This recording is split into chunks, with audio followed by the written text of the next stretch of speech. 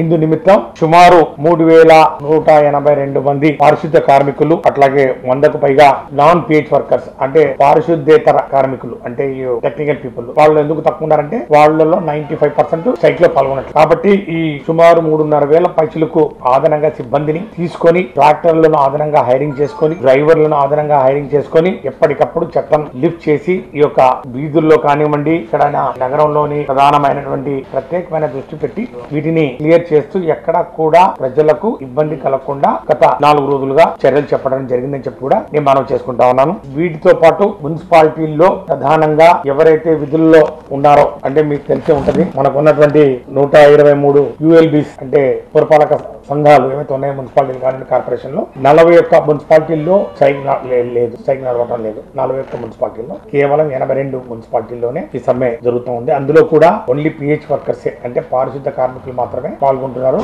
Non pH workers ఎవరు కూడా పాల్గొనడం లేదు. అక్కడక్కడ చెదురుమదురుగా నెల్లూరు కానివ్వండి విశాఖపట్నం కానివ్వండి చెదురుమదురుగా కొద్ది శాతం నాన్ పిహెచ్ వర్కర్స్ కూడా పాల్గొంటున్నటువంటి విషయం నేను మీ అందరికీ తెలియజేస్తా ఉన్నాను. ప్రధానంగా చర్యలు చేపట్టడం పారిశుద్ధ మెరుగుకు ప్రత్యేకమైనటువంటి చర్యలు కానివ్వండి నగరంలో ఎక్కడ కూడా మరి దుర్గంధం పెరిగిపోకుండా మరి అట్లాగే ఇతర ప్రజలకు ఎక్కడ కూడా ఇబ్బంది లేకుండా ఈ సమ్మె ప్రభావం ద్వారా ప్రజారోగ్యంపై ఎక్కడ కూడా దాని మీద భారం పడకుండా చర్యలు తీసుకోవడం ఒక ఎత్తు. రెండోది ఈ సమ్మె గల ప్రధానమైనటువంటి కారణాలు ఏవైతే ఉన్నాయో వాటి మీద 2 దఫాలుగా చర్చలు కూడా జరపడం జరిగిందని చెప్పి కూడా నేను మనవి చేసుకుంటా ఉన్నాను. స్పెషల్ సిఎస్ గారి ఆధ్వర్యంలో ఒకసారి నేను స్వయానా మొన్న వివిధ సంఘాల్లో ఎవరైతే సమ్మెలో పాల్గొంటామని ముందు నోటీస్ ఇచ్చారో చాలా వరకు వాళ్ళు విరమించుకున్న విషయాన్ని కూడా నేను ప్రజల దృష్టికి తీసుకొస్తున్నాం. కేవలం ఒక సిటు CITU తప్ప మిగతా వాళ్ళందరూ కూడా విధులకు హాజరవుతున్న విషయాన్ని కూడా నేను ఈ సందర్భంగా అందరికీ తెలియజేస్తా ఉన్నాను.